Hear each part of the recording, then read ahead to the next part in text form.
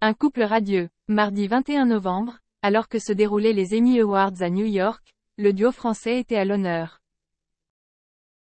Thierry Ardisson et son épouse Audrey Crespo-Mara ont fait le déplacement, alors que le présentateur était nominé pour l'une de ses dernières émissions Hôtel du Temps. Proches l'une de l'autre, le couple s'est habillé luxueusement pour cette occasion spéciale. Tu ne veux pas rater ça. Mariée à Thierry Ardisson depuis 2014, Audrey Crespo-Mara s'est envolée avec lui à New York mardi 21 novembre pour le grand soir, les Emmy Awards. Nommé lors de la prestigieuse cérémonie américaine qui récompense spécifiquement les meilleures émissions de télévision pour son émission, le Français de 74 ans a fait le déplacement dans l'espoir de remporter la statuette, mais celle-ci ne lui est finalement pas venue.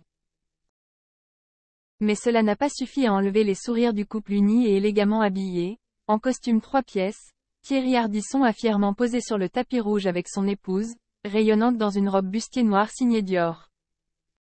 Étincelante de mille feux, grâce aux bijoux Dior, elle n'a pas manqué de poster des photos sur son compte Instagram et a adressé une jolie déclaration à son mari. Elle a écrit « Tellement fière de mon mari, Thierry Ardisson ». Une nomination et une photo du duo ont fait réagir les internautes. Tu es si belle, ça fait plaisir de te voir sourire, l'amour est si beau. Ou encore vous faites un couple très inspirant, peut-on lire dans la section commentaires, tandis que Chris Mark n'a pas pu s'empêcher de lui envoyer un bravo. Bien mérité. Pour rappel, l'émission L'Hôtel du Temps est un concept concret.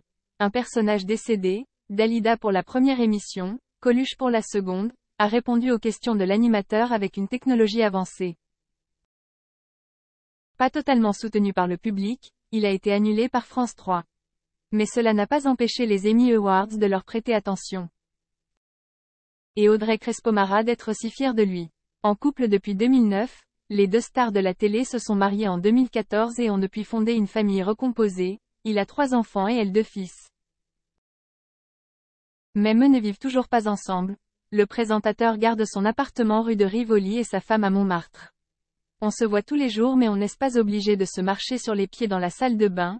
Confie. Pour une maison d'édition manga historique, nous allons faire le top 10 de Kana. Il est là, il n'a pas été, mais vraiment pas été facile de faire un top 10. En plus, n'oubliez pas, vous aurez le droit à un petit flop 3, pas simple non plus, et une wishlist de 3 titres, des titres que je ne connais pas, que je n'ai jamais lus, et j'attends vos arguments, vos commentaires pour me convaincre de les lire. Générique.